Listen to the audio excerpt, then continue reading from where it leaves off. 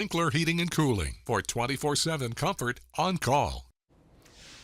Hello, Brad. Happy Greetings. Monday to you. Happy Monday to everyone at home. Have a few quick updates, okay? First of all, Butch and Suni, our stranded astronauts on the International Space Station, made news late last week when the two of them suited up and went for a spacewalk. They were out there for 5 hours and 26 minutes. They did two important things, one of which was removing some old communications hardware. But the more interesting one to me is part of their job was to swab portions of the exterior of the space station. Basically a car wash. Well, yeah, right. They're looking for, do you remember we had the story, it was quite a while ago, probably 2 or 3 months ago, where they found some bacteria in the space station that obviously had Earth origins, but it had evolved into something that was never seen here on Earth.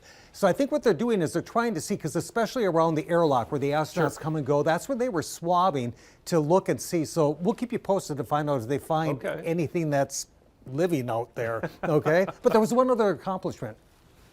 So for Suni, this was her 9th spacewalk. She has now spent a total of 62 hours and 6 minutes in space, in a spacesuit, more than any other woman in the world. So hats off, a big salute to Suni for that accomplishment. She's still got time to extend that record, right? She may. Unfortunately for her. Absolutely, yeah. They're not coming home until March, we think. Yeah. We'll wait and see. Okay, here's the other story.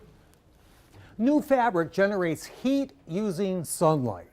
This is a story that comes to us out of Canada, which is getting a lot of attention these days, okay? A chemical engineer and his team at the University of Waterloo in Canada came up with this invention. What they did is they developed plastic-like materials that convert light energy to heat energy.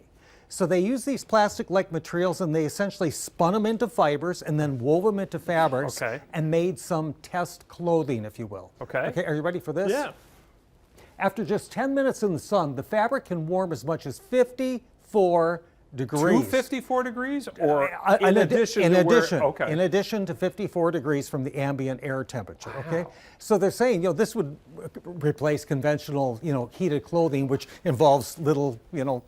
Well, or, I think of a lot of people here have bought the electric coats, the electric vests, socks, gloves, all those things. Yeah, so this could totally replace that. Now, they say we still have some further testing to do, but it could gain widespread use, okay? But, Chris, there's something else here. It looks so promising because, first of all, it's soft and it's very elastic. It can stretch to 5 times its actual size, and when you remove it, it shrinks back down. They've tested it for durability up to 25 washes. That's all they did. They said it's fine. Of course, my one thought was, oh boy, here comes more microplastics in the water supply. Exactly, that's what I was thinking. But there is something else, and this is the one thing that I think is really interesting. They did do something else. They incorporated temperature-responsive dyes into those fibers.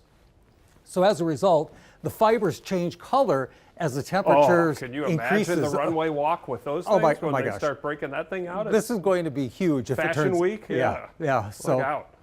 I'm sure it's coming. All right, Brad, thanks so much. Bet. We will see you tomorrow.